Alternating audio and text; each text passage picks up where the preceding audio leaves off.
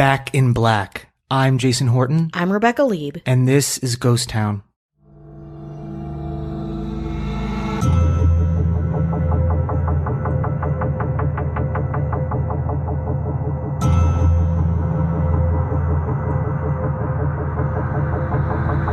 I have wanted to do this case for a very long time, but it is such a part of my own LA history and is so intimidating in some ways because it's so gigantic that I kind of leaned away from it. But Jason just went to a bunch of locations and was kind of hinting at the idea that maybe we should do it.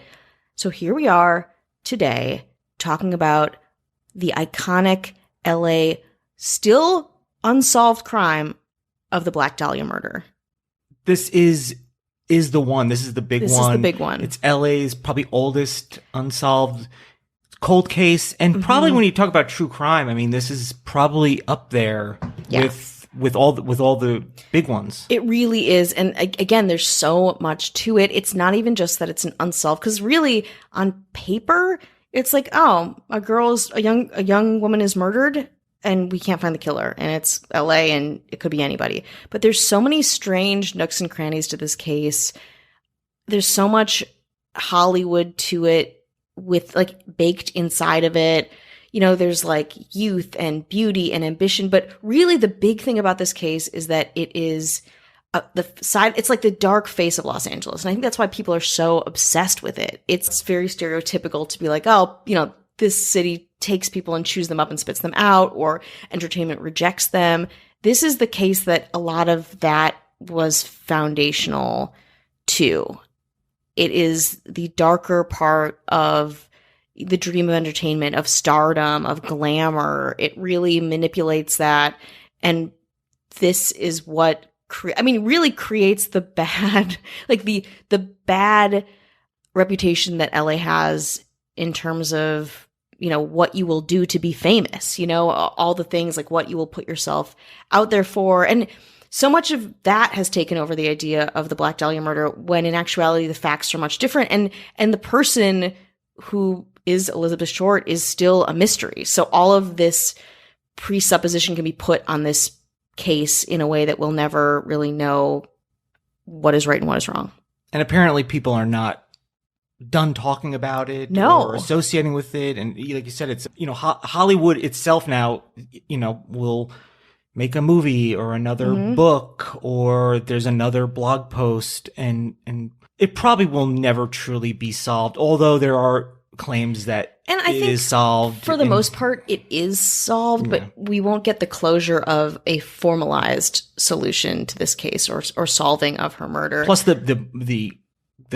it's the photos, considering it's 1947. Oof. The amount of photos is pretty astounding, which I've noticed when I was doing the filming locations. And when you run across the crime scene photos, it's extremely jarring. No matter how many times you've seen it, it's extremely gruesome. Yeah, and it's tough, especially when I went to Leimert Park and was looking for photos comparing the what it looks like now to then. And you get a lot of crime scene photos. They're very available on the internet. So if you're looking for this case, like maybe 3 or 4 clicks, you can find these very graphic photos. So I'm warning you of that.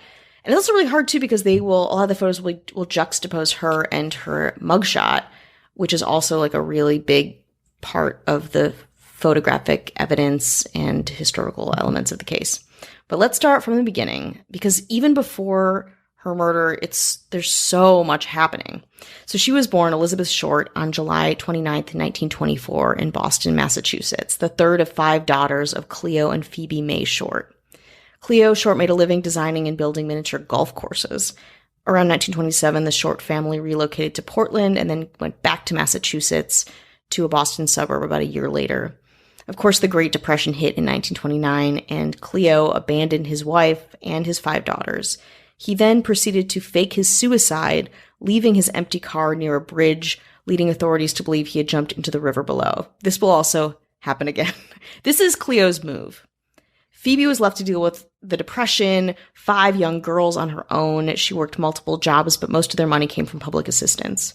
One day, Phoebe received a letter from Cleo, who had moved to California. He apologized and told Phoebe that he wanted to come home to her. However, she was like, "Do not ever talk to me again. I never want to see you." In 1930, Cleo's car was found abandoned on the Charlestown Bridge, and it was assumed that he had committed suicide by jumping into the river. Again, as a teenager, Elizabeth always had bad bronchitis and severe asthma attacks. She underwent lung surgery at age 15, after which doctors suggested she relocate to a milder climate during the winter months to prevent further problems. Short's mother sent her to spend winters in Miami, Florida with some family friends. During the next 3 years, Short lived in Florida during the winter months and spent the rest of the year in Medford with her mother and sisters. Now, she would go back and forth from Florida to Massachusetts to California. It kind of all she laid this foundation of being kind of this wandering character, feeling at home pretty much anywhere, and maybe a little bit too at home, as some authors talk about. But she would do these things, and again, it kind of, all of the people that talk about her say that she was kind of quiet, that she would spend a lot of time on her makeup and herself, and would try her best to assimilate to wherever she was. So here's some testimonials from her Medford classmates. She was always friendly, never at a loss for words. And it wasn't just that she was so pretty. There are a lot of pretty girls. There was something different. She was someone you liked to watch, the kind of girls boys might sneak looks at, but would get tongue-tied if she spoke to you. And the walk of hers, it wasn't put on. She always walked that way, even in junior high. I always thought that if she had a glass of water on her head, she wouldn't spill a drop. That was Bob Passios, a neighbor and classmate of hers. Dottie, Elizabeth's sister, Betty, and I were going to be movie stars. We were all entranced with movie stars, starstruck. Spent hours talking about movie stars, about going to Hollywood. We performed using the Shorts' front porch as a stage. Every Friday, as soon as the song sheets came out, we'd pool our money, get the latest sheets, and spend hours singing. Betty imitated Deanna Durbin, walked like her, talked like her, and had eyes and sang like her. That's Eleanor Kurtz, a friend of the family's. And then finally, this is Emma Passios, another presumably related to Bob. Her hair was very dark black. She liked to be admired. No one had bad thoughts about her. I just liked her. Once you saw Betty Short, you couldn't forget her. Elizabeth Short dropped out of high school as a sophomore, which means there were a couple of years that she didn't go to school. I can't figure out what she did in that time. Presumably she was in pretty bad health and just kind of floating around at her mom's place, at her friends in Florida. But in late 1942, Short's mother received a letter of apology from her twice presumed dead husband, which revealed that he was in fact alive and started a new life in California. For real this time. In December, at age 18, Short relocated to Viejo to live with her father, whom she had not seen since she was 6 years old. At the time, he was working at the nearby Mare Island Naval Shipyard on San Francisco Bay, but things quickly became strained. Her father would scold her for her laziness, her poor housekeeping, her dating habits, which would also be a theme and a much discussed area of her life. He eventually kicked her out in mid-1943, and she was forced to fend for herself. She took a job as a cashier at the base exchange at Camp Cook, now Vandenberg Air Force Base, near Lompoc, living with several friends and briefly dating an Army sergeant who she moved in with, who reportedly abused her. The servicemen quickly noticed her, and she won the title of Camp Cutie of Camp Cook in a beauty contest. She was emotionally vulnerable, and at the time, people say that she really wanted to get married. Again, she was 19 years old, pretty normal, kind of average sentiment for a person that age at the time, and her track record of instability. All the authors that I really looked into said that she wanted a normal life, a home, a person, a partner that she could trust, and she was desperate to have that, but she was not a very good kind of reader of people. She had a lot of really strained relationships that really started ramping up about this time. Word spread that Elizabeth was not an easy girl on the base, which kept her at home instead of on dates most nights. In 1943, she became uncomfortable at Camp Cook and left to stay with another friend who lived near Santa Barbara. She was arrested on September 23rd, 1943 for underage drinking at a local bar. This is the iconic mugshot of hers, which there's two photos next to each other. She looks, kind of buzzed on it. She looks like a teenager who is buzzed. And this is something that they juxtapose her the photos from the crime scene, the site where her body was found all the time, which is very, very disturbing because in the photos she looks like a kid who's out partying, and she's very made up. She's got that iconic, she's got these like really dark curls, really light skin, but she looks like she got in trouble, like many teenagers do. The juvenile authorities sent her back to Medford, but she instead went to Florida, then came back to California, this time to where she really wanted to be, in Hollywood. In Los Angeles, Elizabeth met a pilot named Lieutenant Gordon Fickling and fell in love. He was really clean cut. He was stable, kind of the guy that she was searching for. And she was very eager to marry him. But her plans were halted when Fickling was shipped out to Europe. So she was again alone. She took some modeling jobs in LA, but not really anything came of it. She went back east again to spend the holidays in Medford before again going to Miami. She began dating servicemen, marriage still a huge part of what she wanted and what she hoped she would get, and fell in love with another military man, a pilot this time. His name was Major Matt Gordon. She really has a type too, if you look at the people that she's dated or she's photographed with. They're really pretty like handsome, clean cut, very military skewing guys. It may just be the places that she hung out, which is bases for the most part, but he looks a lot like Gordon Fickling, honestly. He proposed marriage and she said yes. They were going to get married when he got back from India. However, he was killed in action on August 10th, 1945, less than a week before the surrender of Japan that would end the war. Elizabeth had a period of mourning where she told others that actually he had been her husband and that they had a baby that had died in childbirth.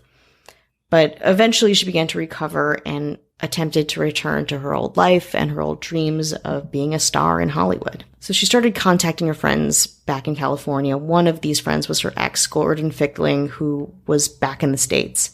She began to write him and soon they were on again. Some say she moved back to Hollywood before she met up with him in Long Beach where he was working, but it may have been the other way around. I couldn't actually find a definitive answer for this. But in late 1946, she was seen working and living in Hollywood, known to frequent the Frolic Room, Bordner's, Old Hollywood Haunts. These are all places that are really historic on Hollywood Boulevard. A lot of noir writers would hang out there, a lot of Hollywood actors. A lot of online dating has happened there. Yeah. I had a Frolic Room date. Oh, yeah. I also had a Frolic Room date. It's a place that we both used to hang out and perform. You could see a picture of the Frolic Room in my book, Abandoned Los Angeles, Neon and Beyond. So there's a connection. But it's when you look at it, it's one of those iconic places. Bordner's a little less, even though, I mean, to us it is, but the Frolic Room is definitely used in so many movies about LA, especially noir-based. Yeah, and murders have happened at both places. They have so much history to them. When you talk about Hollywood having history, this case is so much a part of it, these places, and it all kind of snowballs into this pretty dark Hollywood lore. Now, again, this is a part of her story where it's like, was she a partier? Was she not? She was seen out and about, but kind of was she? It's hard to know. You're taking a lot of this stuff from testimony, from authors who already are having secondhand accounts. And then when I'm getting the accounts, who knows? So it's her case, and this is really piecing together a lot of different stories, a lot of different points of view, a lot of different agendas, because a lot of people have agendas with this case because they want it to be something that maybe it's not. But I'm going to present, as we go along, all the different hypotheses, and you can kind of decide for yourself. So she was working as a waitress, and they said that she rented a room behind the Florentine Gardens on Hollywood Boulevard. Do you know where that is? I do. I was there recently. There was a holding area for a thing I was working on. It was behind Florentine Gardens. Totally. It is still, is it just like a space for rent kind of thing now? Yeah, there's a big parking lot behind it. So I don't know. Yeah, I don't know if the building that was back there is still back there, but Florentine Gardens is still there. Mm-hmm. Yeah. You can see so many places where she lived, was found. And that's another really interesting part of this case. It still lives in these places. They're not gone. You can experience it. So she agreed to join Fickling in Long Beach permanently at some point, but this is when this is even more like the patchwork nature of this case. She didn't go to Long Beach. Instead, she left Los Angeles on December 8th, 1946 to take a bus to San Diego. Before she left, she had been worried about something was on her mind. Mark Hansen, who harbored Elizabeth for a little bit, said, "I didn't see her, but she was sitting there one night when I came home with Anne about 5:30, sitting and crying and saying she had to get out of there. She was crying about being scared, one thing and another, I don't know." So she was pretty distressed at this point and went to San Diego. While she was there, she befriended a young woman named Dorothy French. Dorothy was a countergirl at the Aztec Theater when they first met and had found Elizabeth sleeping in one of the seats after a show in one of her bouts of homelessness between homes. Who knows? She seemed to be a bit of a drifter from what I saw, and pretty much what the timeline and chronology is of where she was seemed to it was kind of her jam. She was settled. Settled wouldn't be a word I would use to describe her. No, honestly, like any point in her life, for sure. Elizabeth told Dorothy that she'd left Hollywood because finding a job as an actress was difficult with the strikes that were going on at the time. Dorothy felt sorry for her and offered her a place to stay at her mother's home for a few days. These few days turned into a month. And this is the part of John Gilmore's book, Severed, which is some of the information that I got from this episode came from that, but it's also really sensationalized. But this is one moment that really stood out for me because she would stay there. She was clearly overstaying her welcome, but it was a couch that she could live on. But he talks about her getting up and spending hours in front of a mirror, applying her makeup and her doing her hair and doing, finding these meticulous outfits and making sure that everything was perfect, and just so much makeup and so much kind of beautification or changing herself into what she perceived of what people wanted of her. And even like the smell of her perfume. And there's a couple quotes in the book too that talk about just the living room reeking of her perfume and her wine. She wasn't even in Los Angeles at the time. She was in San Diego staying on a friend's couch. And it really shows what perhaps mattered to her. Now, this book is very problematic too, because it is very sensationalized, and the theories in this book are not right. I'll say it. They've been disputed quite a bit, and I wouldn't trust it, but it is such a colorful recounting of her life that it's entertaining, I'll say. There are some other books that are much more grounded, but that of this book really stands out to me as being true from what I've read, from what I've researched of who she was. So she obviously didn't contribute much to the family and apparently continued with late night partying and dating. And again, it's hard to know if this was real or if this wasn't real. I think from the research that I've done, a big thing about her was belonging and being out and being immersed in Hollywood and the world. And she loved people, but she never really felt like she was a part of it. She never really felt like an insider or had a group of friends. So I think that was part of it. I don't think she was a huge partier. We don't really get any recounts of her being, belligerent or, aside from underage drinking, super drunk or having any problems. There's lots and lots of testimonies of people who grew up around and knew her. Not so much in these later years that are super trustworthy, I would say, but before, saying that she was fairly straight-laced. But think about putting a straight-laced person into this context, someone who's considered very attractive, who wanted to be in Hollywood. Of course she would be going out. Of course she would be meeting friends. She was 21. So that I think really sticks with me. And again, her being not maybe the best judge of character, maybe being a little bit naive, a little bit too trusting. Because one man she met in San Diego was the man by the name of Robert Red Manley, a 25-year-old salesman from LA who had a pregnant wife back at home. He admitted in testimonies that he was attracted to Elizabeth, but he said that he never ever slept with her. He said the two of them saw each other on and off for a couple weeks, and then she asked him for a ride back to Hollywood. He agreed and picked her up from the French household on January 8th, 1947. He paid for her hotel room for the night and went to a party with her. Then the two of them returned to the hotel. He said he slept on the bed and she slept in a chair. Sure. Okay. Manley had an appointment in the morning of January 9th and returned to the hotel to pick Elizabeth up around noon.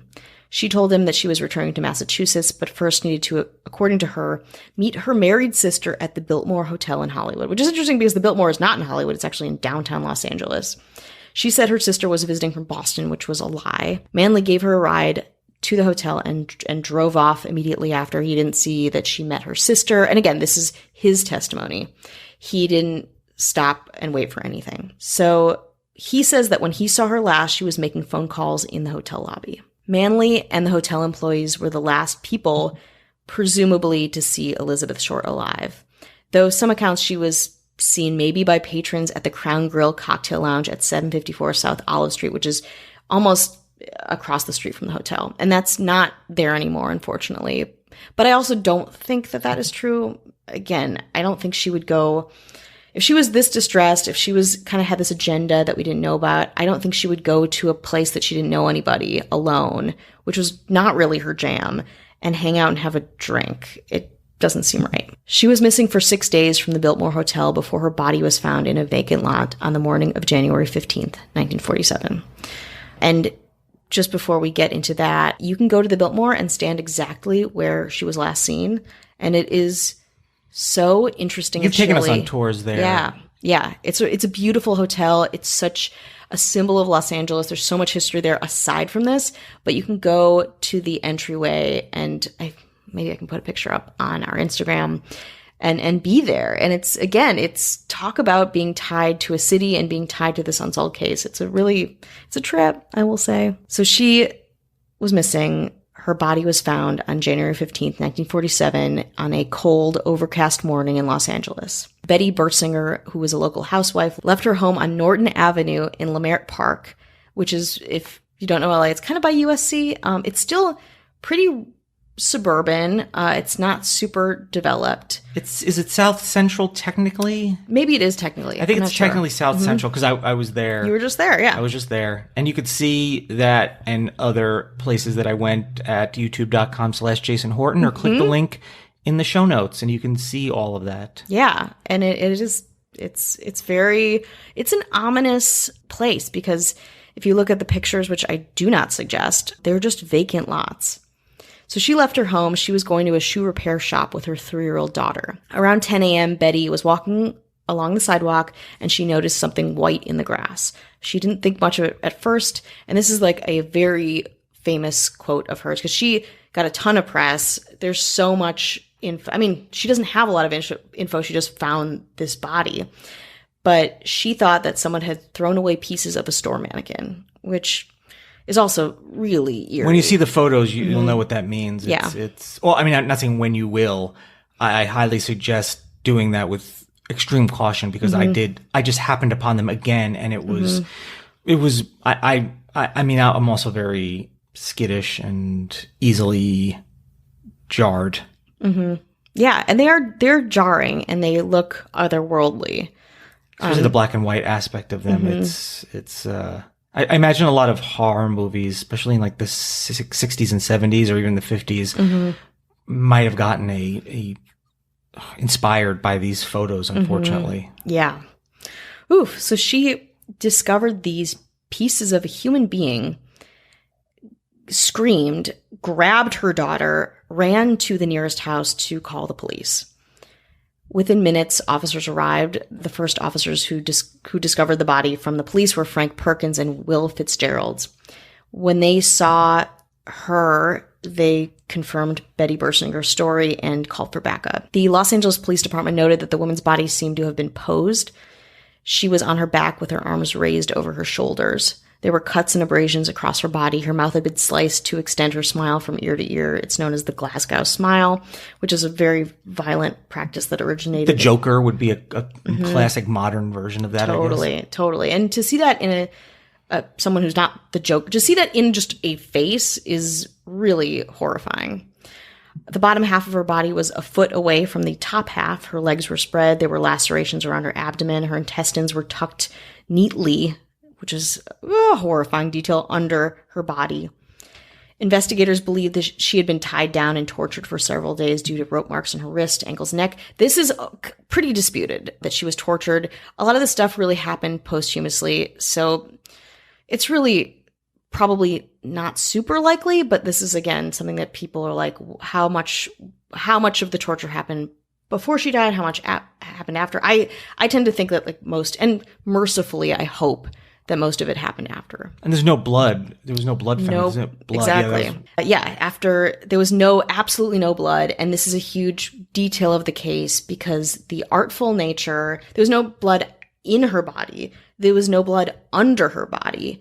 The detectives saw a heel print on the ground amid tire tracks. Hard to know if this is connected to the case or not. And a cement sack containing watery blood also found kind of nearby. They determined that she was killed elsewhere, bled out meticulously and then put in the vacant lot at some point the night before. Detective Lieutenant Jesse Haskins described the condition of the body when he first arrived at the crime scene. The body was lying with the head towards the north, the feet towards the south. The left leg was 5 inches west of the sidewalk. The body was lying face up, and the severed part was jogged over about 10 inches, the upper half of the body from the lower half.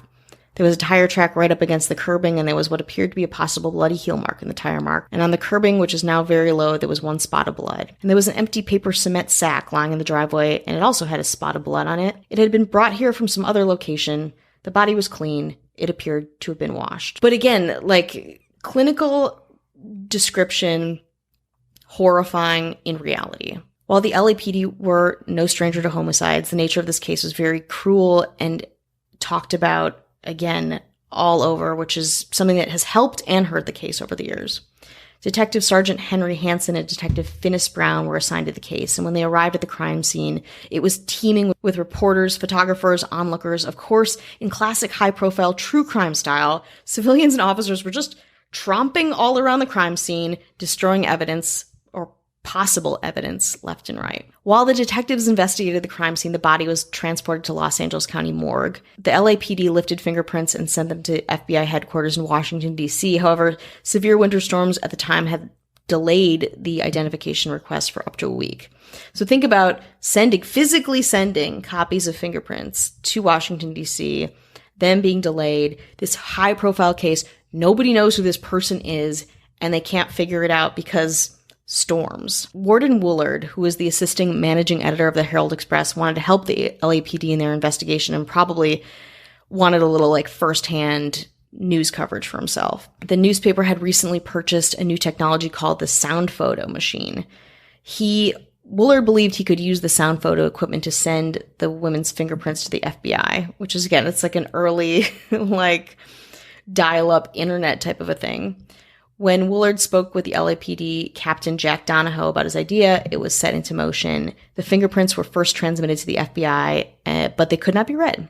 Russ Lapp, a Herald Express photographer, suggested that they reverse the lab process and use the prints as negatives before sending them to the FBI again. Lapp also blew the prints up to 8 by 10, which made them large enough for the FBI specialists to clearly read.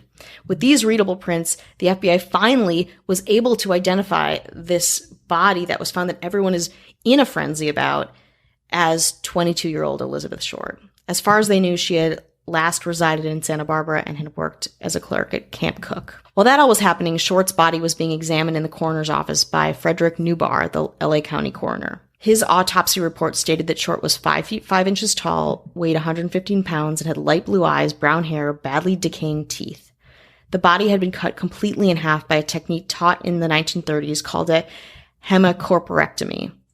I hope I said that right. His report noted very little bruising along the incision line, suggesting it had been performed after her death. There were marks on her ankles, wrists, and neck, and irregular laceration with superficial tissue loss on her right breast. Newbar also noted superficial lacerations on the right forearm, left upper arm, lower side of the chest, all over, face to head. There was no sperm present on the body. The killer had washed the body so clean, there really wasn't anything on the body. Newbar noted that Short's anal canal was dilated, suggesting that maybe she was raped. That's really the only evidence of sexual misconduct. There's some reports that say she had feces in her stomach and stuff like that. That is not true as far as I have researched. There was numerous cuts in a crisscross pattern over her pubic area. Her pubic hair had been removed by hand, which is a very gruesome detail. Again, most of the damage done seemed to have been post-mortem, thank God. The official cause of death was hemorrhage and shock due to concussion of the brain, lacerations of the face. We've identified the body, we've identified how she died, but let's talk about the name, the Black Dahlia, for a second. The Black Dahlia, the name, is widely disputed. We have no real idea where it came from. But it's part of what makes this case so iconic. You think about the Black Dahlia, you're like, oh shit, this is real. This is going to be sexy. This is going to be murderous. This is going to be kind of a throwback. Like, what does this mean? So according to newspapers, Short received the nickname Black Dahlia from staff and patrons at the Long Beach drugstore in mid-1946 as a wordplay on the film The Blue Dahlia, which I've never seen, came out in 1946. It's a Raymond Chandler. It's actually his first original screenplay with Veronica Lake and Alan Ladd. It's, very like hard-boiled detective crime film. Some say the media crafted the name because of Short putting dahlias in her hair when she'd get ready for a night out. According to the FBI official website, she received the first part of the nickname from the press for her rumored penchant for sheer black clothes. However, and this is probably the most likely thing, was the media, the newspaper reporters, finding a fun, sexy, mysterious name for this case. Herald Express reporter Bevo Means, great name by the way, interviewed Short's acquaintances at the drugstore and had been credited with using or just putting together the name The Black Dahlia and the Black Dahlia murder. Though reporters Underwood and Jack Smith have been named the creators, we don't know, again, if she was called the Black Dahlian when she was alive, Dahlia, whatever. Prior to the circulation of the Black Dahlia name, Short's killing had been dubbed the werewolf murder by the Herald Express because it was so violent and brutal. The werewolf murder doesn't have the same ring as the Black Dahlia murder, and also pretty generic for what it is. On January 21st, 1947, a person claiming to be Short's killer placed a phone call to the office of James Richardson, the editor of the Examiner, congratulating Richardson on the newspaper's coverage of the case. Interesting thing to congratulate a media outlet on their coverage, because all of these media outlets, that especially LA ones, were just like so savage in their coverage. There's some of the newspaper headlines are just, you're just like, this is a human being. Okay, cool. But how much has really changed since then? I mean, when you have things like TMZ and other sensational, everyone's just trying to make a living. I get that. That's a fair point. But they, like you said, they're human beings and deserve more respect than they get sometimes, unfortunately. Definitely. This phone call stated that he planned on eventually turning himself in, but not before allowing police to pursue him further. The caller also told Richardson to expect some souvenirs of Beth Short in the mail. Oof. Can you imagine? Together, the Herald... I was going to say, what's left? Right? I feel like they've, kind of... When you say you're going to send something, it's like, I don't want to know what you have and what is there left what's happening. What's left to send. Exactly. But I believe it, at least based on that. Yeah, very true. And her clothes and effects really is what we're getting to here, which are also really creepy in their own right. Together, the Herald Express and LAP worked to identify the victim, but their symbiotic relationship would shift. So William Randolph Hearst, we could do a whole episode on him too. He was the owner of the Herald Express at the time and was obviously very powerful, huge media mogul.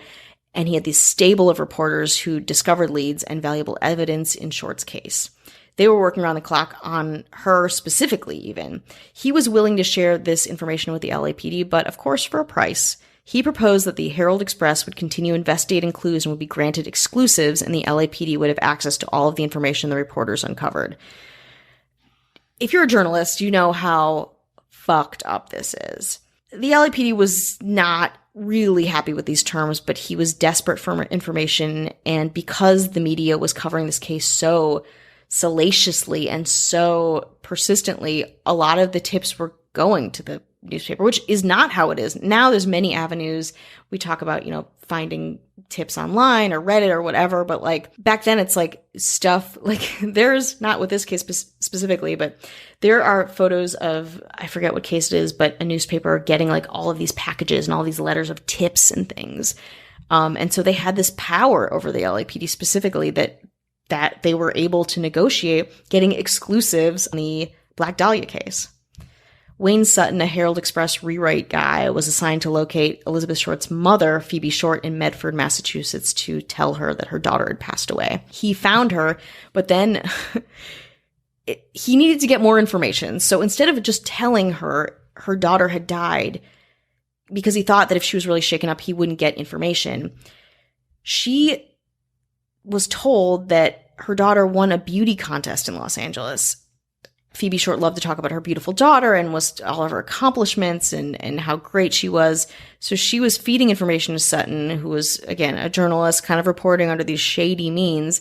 And then once he received the information, he just told her that she died, which is such a cruel, cruel thing to do. But even then, Phoebe Short didn't believe him. The LAPD had to contact local Medford police and send a couple cops to the Short residence to tell her in person before she would accept that her daughter had died. Well, I mean, I can kind of understand that when you have the first person showing up saying, oh, your daughter won a beauty contest. P.S. No, she didn't. She's the opposite of that. I probably would be, also, you don't want to believe something like that's true. So you combine those things, it's understandable. Yeah, it's just a really cruel, duplicitous thing to do, which again, the savagery around journalists to get tips on this. And you're right, it feels very reflective of our current times, unfortunately. The Herald Express was soon swamped with anonymous reports and tips, some of which actually proved to be useful. On January 24th, a suspicious manila envelope was discovered by a U.S. Postal Service worker. The envelope had been addressed to the LA Examiner and other Los Angeles papers with individual words that had been cut and pasted from a newspaper clipping. Additionally, a large message on the face of the envelope read, "Here is Dahlia's belongings, letter to follow." The envelope contained Short's birth certificate, business cards, photographs, names written on pieces of paper, and an address book with the name Mark Hansen embossed on the cover. The packet had been carefully cleaned with gasoline similar to Short's body, which led police to suspect the packet had been sent directly by her killer. Despite the efforts to clean it, several partial fingerprints were lifted from the envelope and sent to the FBI for testing, but they were compromised, again, in transit and could not be analyzed.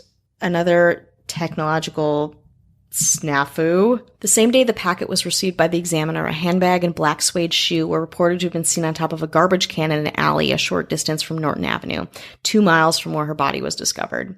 The items were recovered by the police, but they had also been wiped clean with gasoline, destroying any fingerprints. On March 14th, an apparent suicide note scrawled in pencil on a bit of paper was found tucked into a shoe in a pile of men's clothing by the ocean's edge at the foot of Breeze Avenue in Venice. The note read, "To whom it may concern, I have waited for the police to capture me for the Black Dahlia killing, but have not. I am too much of a coward to turn myself in, so this is the best way out for me. I couldn't help myself for that or this. Sorry, Mary." The pile of clothing was first seen by a beach caretaker who reported the discovery to John Dillon, who was a lifeguard captain on Venice Beach. Dillon immediately notified the West LA police station. The clothes included a coat and trousers of blue herringbone tweed, a brown and white t-shirt, white jockey shorts, tan socks, and a tan moccasin leisure shoe, a size about 8. The clothes gave no clue to the identity of the owner. Police quickly deemed Mark Hansen, the owner of the address book found in the packet, a suspect. Hansen was a wealthy local nightclub and theater owner, and an acquaintance of Short, and she had been like mutual friends with him. He confirmed that the purse and shoe discovered in the alley were in fact Short's. Ann Toth, Short's friend and roommate, told investigators that Short had recently rejected sexual advances from Hansen and suggested it as a potential cause for him to kill her. However, he was cleared of suspicion in the case. In addition to Hansen, the Los Angeles Police Department interviewed over 150 men in the ensuing weeks whom they believed to be potential suspects. Manley, who had been one of the last people to see Short alive, was also investigated but was cleared of suspicion after passing numerous polygraph examinations. Also a little bit problematic. Polygraph is historically not great to hang your hat on in terms of testimony. Anyway, police also interviewed several persons found listed in Hansen's address book, including Martin Lewis, who had been an acquaintance of Short's. Lewis's alibi was that he was in Portland visiting his father-in-law, who was dying of kidney failure. On February 1st, the Los Angeles Daily News reported that the case had run into a stone wall with no new leads to pursue. The Examiner, of course, continued to run stories on the murder and investigation, which was the front page news for 35 days straight following the discovery of the body. So that will give you an idea of how sensationalized this case was. The Herald Express, also looking for answers, sought out criminologist Dr. Paul DeRiver, who was kind of an expert. He was also very pulpy, sensationalized, and he kind of fueled headlines for a little bit longer after this so-called wall.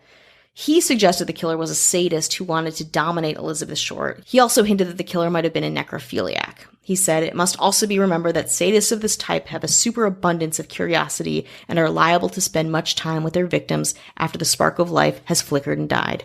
How poetic, Doctor. When interviewed, lead investigator Captain Jack Donahue told the press that he believed Short's murder had taken place in a remote building or a shack outside of Los Angeles, and her body was transported to Leimert Park. Based on the cuts and dissection of Short's corpse, the LAPD looked into the possibility that the murderer may have been a surgeon, a doctor, or someone with medical knowledge. In February of 1947, the LAPD served a warrant to the University of Southern California Medical School, which was located near the site where Short's body was discovered, requesting a complete list of the program's students.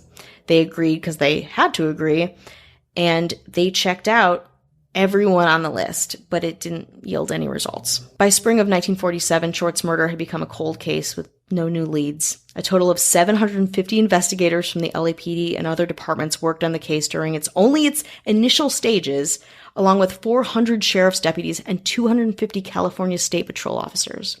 By June 1947, police had processed and eliminated a list of 75 suspects. By December 1948, the detectives would have considered over 192 suspects in total. This was a huge, I wouldn't say drain or just depletion of the LA sheriff's and police department's resources, but that will show you how much time that this case took up at this point in LA's history. Sergeant Finis Brown, one of the lead detectives, blamed the press for compromising the investigation through the reporters' probing of details and unverified reporting.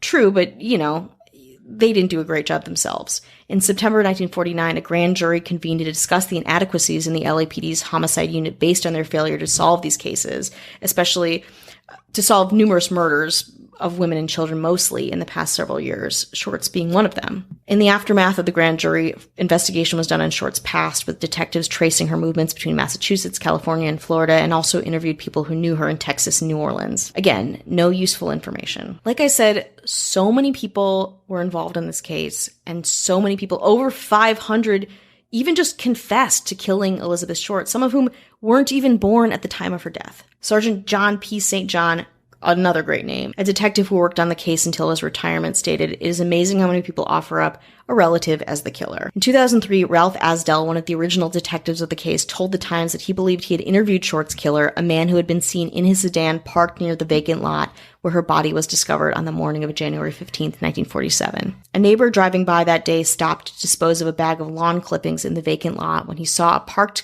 sedan, allegedly with its right rear door open. The driver of the sedan was standing in the lot. The arrival apparently startled the owner of the sedan, who approached his car and peered in the window before returning to the car and driving away. The owner of the sedan was followed to a local restaurant where he worked, but was ultimately cleared of suspicion. But also just such a weird, someone came by, looked at the body, and drove away. Suspects were remaining under discussion by all sorts of authors and criminologists and people who are interested in this case were so many people, anywhere from, editors to doctors to Orson Welles to, Woody Guthrie. There's so many people. And so many rumors were circulated. There's a couple of rumors that I just want to dispel before we get into suspects. She wasn't burned by cigarette butts while she was alive. There's no proof that she was a sex worker. Rumor has it that she was unable to have sexual intercourse because of a congenital defect that resulted in gonadal dysgenesis, also known as infantile genitalia, which is also unsevered. But her genitals were normal based on the coroner's report. She was never pregnant. There's no proof that she was a lesbian either. This rumor began after Bevo Means of the Herald Express was told by the deputy coroner that Short wasn't having sex with men due to her small genitalia. But again, she was having sex with men according to men's reports. Means took this to mean that Short had sex with women, and both he and the reporter Sid Hughes began investigating gay bars in Los Angeles for further information, and not surprisingly didn't find anything. The 2017 book The Black Dahlia, Red Rose by Pugh Eatwell focuses on Leslie Dillon, a bellhop who was a former mortician's assistant. His associates were Mark Hansen and Jeff Connors, and Sergeant Finis Brown, a local detective, again, who had links and who was investigating the case. This makes kind of sense. Ewell says that Short was murdered because she knew too much about the men's involvement in a scheme for robbing hotels. Interesting. She also suggests that Short was killed at the Astor Motel in Los Angeles, where the owners reported finding one of the rooms covered in blood and fecal matter on the morning of Short's body being found. The Examiner stated in 1949 that LA Police Chief William A. Wharton denied that the Flower Street Motel or the Astor Hotel had anything to do with the case, although the LA Herald claimed that it did have something to do with it. In 2000, Buzz Williams, a retired detective with the Long Beach Police Department, wrote an article for the LBPD newspaper The Rap Sheet on Short's murder. Williams' father, Richard F. Williams, and his friend Con Keller were both members of the LA Gangster Squad investigating the case. Williams Sr. believed that Dillon was the killer and that when Dillon returned to his home state of Oklahoma, he was able to avoid extradition to California because his ex-wife, Georgia Stevenson, was second cousins with the governor. And so he didn't have to, again, be taken in for questioning or do anything along the lines of the case. Keller believed that Hansen was the killer as he'd studied at surgical school in Sweden and had thrown elaborate parties attended by prominent LAPD officials. Williams' article says that Dillon sued the LAPD for $3 million, but that the suit was dropped. Harnish disputes this, claiming that Dillon was cleared by the police after an exhaustive investigation, but he was the kind of one of the top people that they were investigating at the time and had a lot of very strong connections with Elizabeth Short. And also, an LAPD cover-up makes sense. It's very sexy. I don't know. But let's talk about George Hodel. George Hill Hodel Jr. was born October 10th, 1907, LA native, well-educated, highly intelligent, scoring 186 on an early IQ test, and he was a musical prodigy. He would play solo piano concerts at Los Angeles' Shrine Auditorium. He was this, wonder child. He attended South Pasadena High School. At age 15, he graduated and went to Caltech early, but was forced to leave the university after 1 year due to a sex scandal that he was involved with a professor's wife. He was not the only person apparently fraternizing with a professor's wife. He had apparently impregnated the woman, but again, this is testimony, not sure if it's true, and wanted to raise their child together, but she refused. The affair between Hodel and the woman had caused the professor and his wife's marriage to fall apart. He had to leave. By around 1928, Hodel was in a common law marriage with a woman named Amelia and had a son by her, Duncan. In the 1930s, he was legally married to a model from San Francisco as well. Her name was Dorothy Anthony, and she had a daughter named Tamar. They had a daughter named Tamar. He graduated from Berkeley Pre-Med in June 1932 and immediately enrolled in medical school at University of California, San Francisco, which he got his medical degree in 1936. After he was established as a doctor, he moved to Los Angeles and kind of became immersed in LA high society in the 1940s. He loved the dark side of surrealism. He loved surrealist artists. He was friends with Man Ray and John Huston. He loved, kind of had an interest in sex and sadomasochism and the darker side of art and philosophy. This was a pretty popular thing to be interested in the Hollywood scene at the time. But along with that, he shared other fondnesses that people of the time had, including partying, drinking, and womanizing. Hodel's second wife, he married in 1940, and who was John Huston's ex-wife, Dorothy Harvey. He called her Torero because he had an ex-wife who was also named Dorothy. He purchased the Soden House in 1945 and lived in that property from 1945 until 1950. This is when they think the murders happen. The structure was built by Lloyd Wright, son of Frank Lloyd Wright. And we've both been there. It is a historic landmark. It's surreal. It's cavernous. It's got these rooms. It's almost like a hotel on the inside of it. Because you've been inside there. Yeah. You mentioned you've did catering there. I did. My one and only catering job was there. I was helping a friend who was having a weed party there. And it was very, very fun. It was fun to be inside of it. It was very strange. And just thinking about the Black Dahlia case and her being murdered in this place, really kind of cold.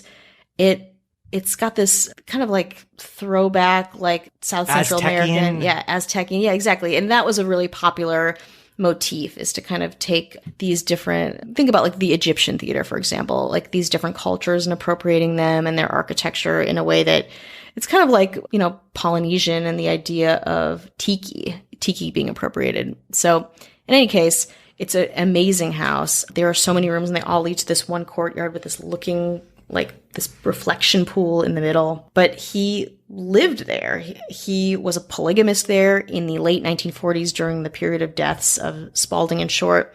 He was living with Dorero and their 3 children, including Stephen, the son that would later prove his father in a lot of ways to be the murderer of the Black Dahlia. Their daughter Tamar lived there, and just a revolving door of people and lovers came to this house. So there, of course, is a suggestion that Hodel had a relationship with Short. He left the United States in 1950 for Hawaii, where he married another woman, had another 4 children. They got divorced. He came back to the States, married legally again for the 4th time, lived in San Francisco for the rest of his life, died in 1999 at 91. But he was first under suspicion for the Black Dahlia murder in 1945, so he was on that short list following the death of his secretary, Ruth Spalding, by a drug overdose.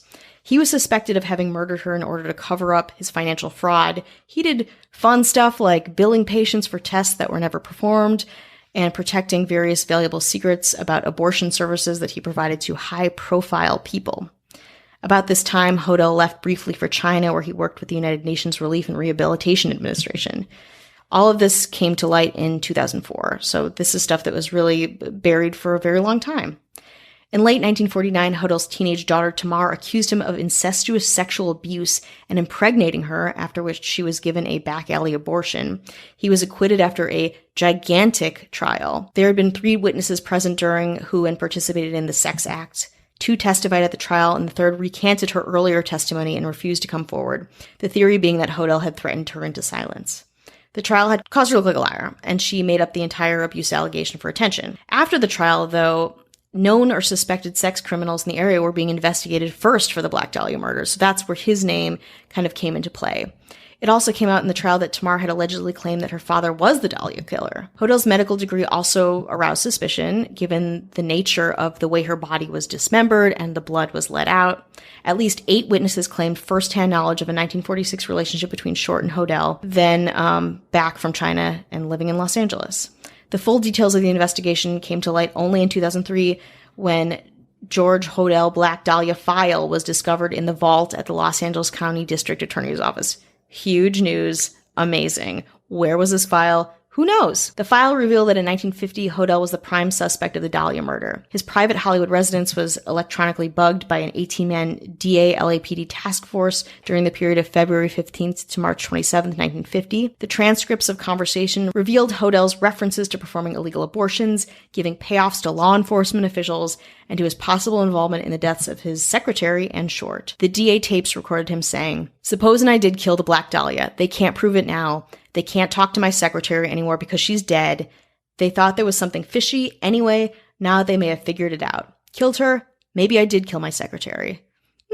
Okay. Pretty damning quote. Hodel was also interviewed by a suspect in the nearby June 1949 murder of Louise Springer, the Green Twig murder, though evidence to support that was not available until July 2018. After Hodel died in 1999, his son, Steve Hodel, a former LAPD homicide detective, wanted to learn more about his father, innocently enough, to whom he was very much estranged from. In that process, he uncovered all of this stuff. The LAPD files, what his dad did, essentially like his practices, his relationships. I can't imagine what that would be like. It sounds very traumatic. But all of that led him to believe that his father was in fact Elizabeth Short's killer. His investigation began with the discovery of a photo album owned by Hodel, which contained a portrait of a dark-haired young woman whom Steve Hodel believed was Short. During his investigation, he learned that his father may have been responsible for more than one murder. He also suspected his father of being the Chicago lipstick killer of the late 1940s, perhaps also the Manila Jigsaw murderer of 1967, and even the San Francisco Zodiac killer of the late 1960s, which again we know is not true, but that's a lot. It's a lot to find out about your father. Short is interred at the Mountain View Cemetery in Oakland. After her younger sisters had grown up and married, their mother, Phoebe, moved to Oakland to be near her daughter's grave. She finally returned to the East Coast in the 1970s, where she lived into her 90s. On February 2nd, 1947, just 2 weeks after Short's murder, Republican State Assemblyman C. Don Feld was prompted by the case to introduce a bill called the Formation of a Sex Offender Registry. The state of California would become the first U.S. state to make the registration of sex offenders mandatory. So all of this, so much heartbreak, heartache, sensationalism, corruption, led to something good. And that's kind of what I wanted to end on, to give this really fascinating and horrifying case a little bit of positivity, I would say. And you put your money on it being George Hodel as the... Yeah, I think likely. So. I mean, the reality is there's a lot of possibility of who it could have been. She had a lot of male friends. She was around a lot of people who did a lot of things. But not all of them could have pulled this off as far as getting away with it, and the way what happened to her physically. Mm-hmm. I don't think just any run-of-the-mill criminal or murderer could do that, at least alone. No, yeah. And it would have to be, I think, I think it's Hodel. There's some other, I mean, a mortician's assistant, a nurse, a doctor. I think there was always theories that there were more than one person, which again, I don't have a ton of evidence of, but who knows? But yeah, you need the skill set to have accomplished what they did with the body, but that doesn't mean it was definitely you need means, you need intelligence. Yes. You maybe need, medical understanding of medicine and surgery, and maybe having a proclivity towards the darker side of things doesn't hurt, but you need the means to do all that and be the kind of person to do that. Yeah. So I think they need, and it sounds like, I mean, according to his son pretty much thinks it's him. Yeah. Also being a police officer, a former police officer is an odd. Yeah. Well, the son had a lot more to work with than the other people too. So that, again, that makes his theory and his case much more compelling too.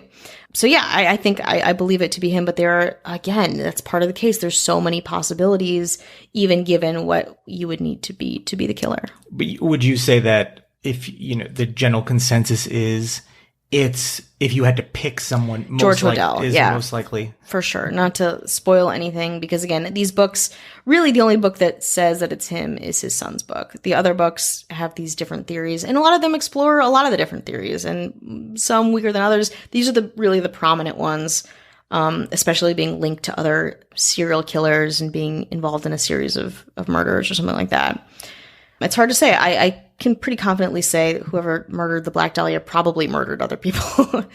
The amount of precision, again, the idea of cleaning the fingerprints off, just aside from the medical expertise and intelligence in high society, this is not your first rodeo kind of a thing. You wouldn't go through this much and be like, well, I'm good. Yeah. I'm done. Yeah. And also the arrogance of thinking no one would miss this person, this young woman, kind of lived day to day, which is very sad, but it's all of these things, like beauty, glamour, houselessness, poverty, this beautiful woman with the decaying teeth, that is kind of an apt metaphor for LA and for this case. Some of the things that I saw that the idea that she was here to be an actress, some people say that's not necessarily true, or it's not necessarily true, because one of the videos I took was at John Marshall High School in Los Feliz, and she took some modeling photos there. It's in the video, and my book, Jason Horton. We'll talk about anything for $1. Do you know that book? It's really good. But those are some of the last known photos of possibly her alive. Yeah. So I thought that was kind of interesting, because I think the idea of being like, like Peg Entwistle, who jumped off the Hollywood sign type. Totally. Old Hollywood. Like, her goal wasn't like it's acting or nothing. And she ultimately died for her love of being famous or something like that. But when people move to Los Angeles, that's not, you don't come here to be like, I really love, accounts receivable. I got to get to, unless you are into accounts receivable, then that's totally fine. I'm sorry. Please don't unsubscribe, please. No, exactly. And people moving here just to be close to this, to the, what's happening in LA, especially in this time, very glamorous. I don't think she didn't enroll in acting class. She wasn't a serious actor, but she loved the idea of being around people. She loved the idea of like maybe being involved. These kind of amorphous dreams of what it means to make a life in LA. And those are really far away from the reality of it, which she realized, unfortunately. But a really fascinating case, really iconic. I would say it's one of the most famous unsolved cases in the United States for sure, and is here in our home of Los Angeles. Love it or leave it. Leave it? No, we'll love it. Okay.